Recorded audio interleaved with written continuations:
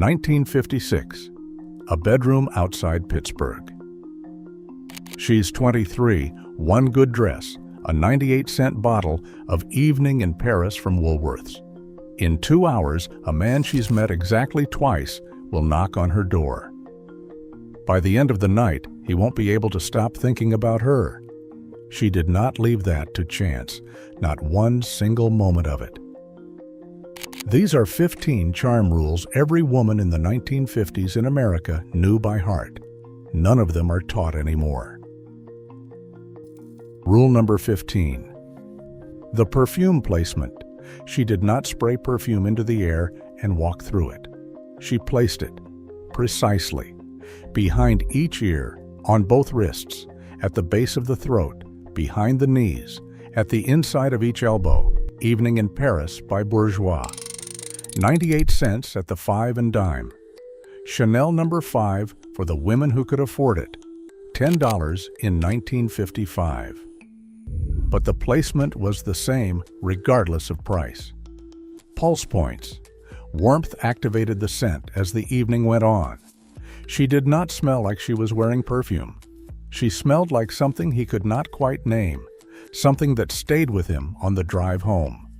She understood something simple. The scent was not the point. The discovery of the scent was the point. He was supposed to find it, not be hit by it, but placement was only half the game. What she did with her hands mattered even more, especially when she needed something she could easily do herself. Rule number 14. The engineered helplessness. She asked for help she did not need, a jar she could open, a lighter she could strike, a shelf she could reach on her own. The tilt of the head, the half smile. Would you mind? A Zippo lighter extended across the table. She could light her own cigarette. He probably knew it too, but the gesture created a small private exchange in a crowded room. She asked him to carry her plate, to help with her coat. Each request gave him a role. Each role gave him a reason to stay close. She was not pretending to be weak. She was offering him a door to walk through. There is a difference. The women of that era understood it completely. She gave him a reason to lean in.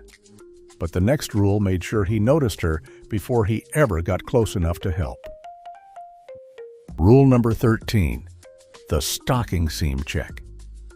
She checked the seam of her stockings in his line of sight. It was not accidental.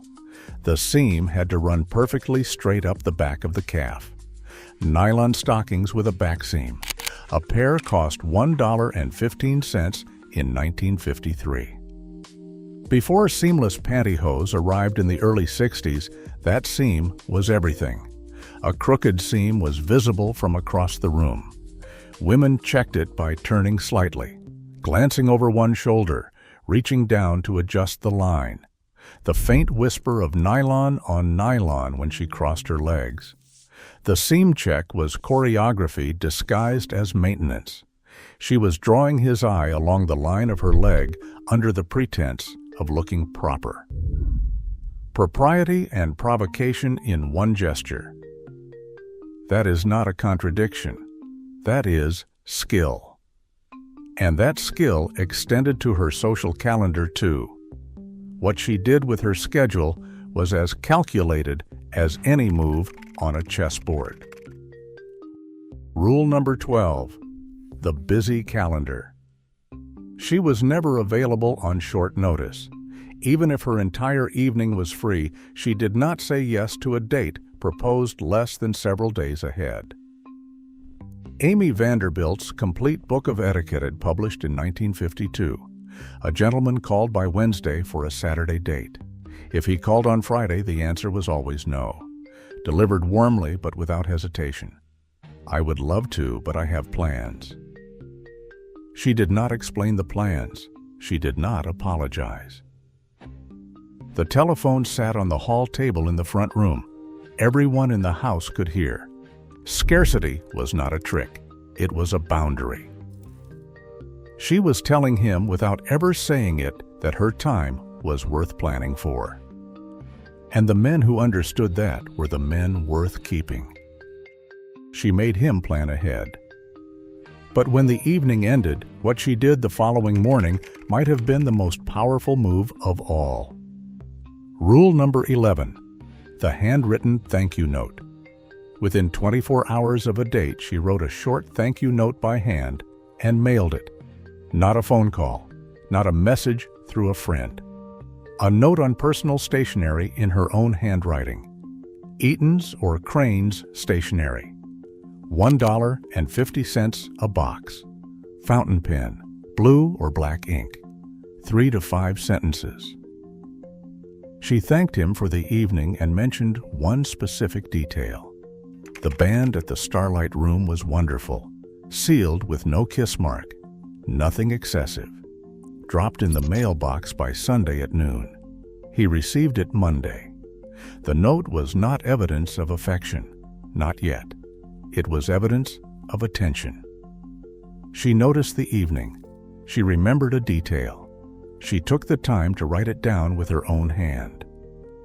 A man standing at the mailbox on a Monday afternoon holding that note was already thinking about next Saturday. And she knew it. 5 rules in, and notice what every one of them has in common. Not one required money. Not one required beauty. Every single one required intention. These women treated attraction the way a musician treats practice. Deliberate, repeatable, refined over time. The modern world decided charm was either something you were born with or something you faked. The women of the 1950s knew the truth. Charm was a craft, and a craft can be learned. Rule number 10. The compliment about his hands. She never complimented his face. She complimented his work, his hands, the thing he built or fixed or carried home. "You have strong hands," said while watching him change a flat tire on the shoulder of a county road. She noticed the grease under his fingernails and called it honest work. She watched him plane a board at the workbench and said something specific. "You make that look easy." The compliment landed because it was precise. It was about who he was, not what he looked like. A man wanted to be seen for what he could do. That kind of observation followed him home and sat with him long after the evening was over. She knew exactly what to say. But the next rule was about something she did even better: what she served. Rule number 9, the dinner audition. When the relationship turned serious, she cooked for him, not a casual meal, a performance. The Betty Crocker Picture Cookbook, 1950 edition.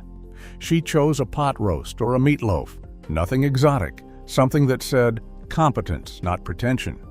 Cloth napkins, even if they were flour sack cotton. A dessert made from scratch. The entire meal cost roughly $1.75 in 1955. The kitchen smelled like onions browning in butter and something baking in the oven. He arrived at the front door and the house smelled like a future. The meal was not submission. It was strategy. She was showing him what life with her would feel like every single evening. That is not cooking. That is closing. She could close a deal at the dinner table, but the way she walked into a room was already doing half the work before she ever opened her mouth. Rule number 8. The posture. She stood straight. She walked as if the crown of her head were being pulled toward the ceiling by a thread. This was not natural. It was trained. Girls practiced walking with a book balanced on their heads, shoulders back, chin level, stomach pulled in tight. A Playtex girdle at $3.95 enforced what discipline alone could not. The click of a pump on linoleum. She entered a room and people looked up before she said a single word. Posture was the first message she ever sent. It said she was not careless with herself. That kind of signal cannot be sent in a profile photo. She carried herself like she mattered. But the next rule was even more intimate, and she performed it in plain sight every single time. Rule number 7, The compact mirror. She opened a compact mirror in his presence, checked her lipstick or powder, closed it, a small public ritual that was as much about being watched as about the result. A Stratton compact from England, an Elgin American powder case with a floral lid, the soft click of the clasp opening, a fingertip touching the corner of her lip to correct a trace of Revlon fire and ice. The compact snapped shut. 5 seconds. The whole gesture took less time than checking a phone takes now, but it communicated something a phone screen never will. She was tending to herself, for herself, and he was watching. That kind of unapologetic self-regard disappeared the day women were told it was shallow. She was unapologetic about looking right. But looking right was secondary to the next rule, because what she did with her attention was worth more than anything she wore. Rule number 6. The interested listener. She asked him questions about his work, his plans, his opinions. Then she remembered the answers, days later, weeks later. How did that meeting go? The one you were worried about on Thursday. He never asked her to remember. She just did. She remembered his boss by name. She asked about his mother's hip. Over coffee at the diner, standing at the screen door after he walked her home. She was not performing interest. She was collecting him, detail by detail. A man who is truly listened to will follow that attention anywhere, not because he is vain, because he is human. In that era, many men went entire weeks without a single person asking them how they felt about anything. She asked. He stayed. The math was that simple. 10 rules deep, and the pattern is unmistakable. Not one of these rules was about deception. Not one. Every rule was about the control of attention, where she placed it, how she directed his, when she withdrew it. The modern dating world runs on total exposure. Show everything, say everything. Be available at all hours. The women of the 1950s understood the opposite. Attention is a currency, and a woman who spent it carelessly ended up with nothing to show for it. Rule number 5. The accidental touch. She touched his arm while laughing. She brushed his hand when reaching for the salt. She let her knee rest against his under the table for 1 second too long. Not one bit of it was accidental. The back of her fingers grazing his forearm during a story at the dinner table. Her gloved hand resting briefly on his when he opened the car door. White cotton gloves from the department store counter. The barrier of the glove made the contact safer and more electric at the same time. Touch through fabric. The warmth underneath without the full contact. She gave him just enough to notice and not enough to name. That narrow space between nothing and something is where every love story in history actually begins. The touch worked because it was brief. But the next rule operated on the same principle at a different frequency, and it could be heard across an entire room. Rule number 4. The laugh. Her laugh was warm and controlled, never the loudest sound in the room. She did not shriek. She did not cover her mouth in exaggerated surprise. She laughed as if she meant it and as if she knew someone was listening. Low enough to feel intimate, bright enough to carry 3 feet. She laughed at his joke and held eye contact for 1/2 second after the laugh faded. At the soda fountain counter, at the bowling alley on league night, at the table during a double date at Howard Johnson's. The laugh was an invitation to continue being funny. A woman's laugh was her most public act of approval. She used it the way an audience uses applause, sparingly, at exactly the right moment. A man who earned that laugh wanted nothing more than to earn it again. The laugh pulled him in. But the next rule was older than all of them. and it required nothing but timing and one carefully dropped glove. Rule number 3. The dropped glove. She dropped something in his path. A glove, a handkerchief. He picked it up. A conversation was born from nothing. White cotton gloves from the notions counter at J.C. Penney's. A lace-edged handkerchief with her initial embroidered in the corner, dropped at the church social, on the sidewalk outside Sunday service. She did not look back right away.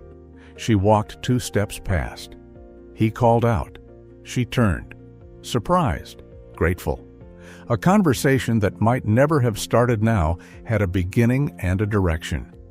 She gave him the feeling that fate had stepped in. It had not. She had, and she had enough respect for both of them to make it look effortless. She could manufacture a beginning out of thin air. But the woman who truly mastered these rules understood something even more powerful. She knew how to manufacture an ending, and that is where the real magic lived. Rule number 2. The exit. She left before he was ready for her to leave, every single time. She ended the evening, the conversation, the dance, before the energy ever had a chance to fade. 10:30 on a Saturday night. The band at the dance hall was still playing. He was mid-sentence. She glanced at her watch. A Timex on a thin gold band, $12 at the jewelry counter. I have had the most wonderful time, but I really must be going. No long explanation. No drawn-out goodbye. She gathered her coat. She touched his arm once.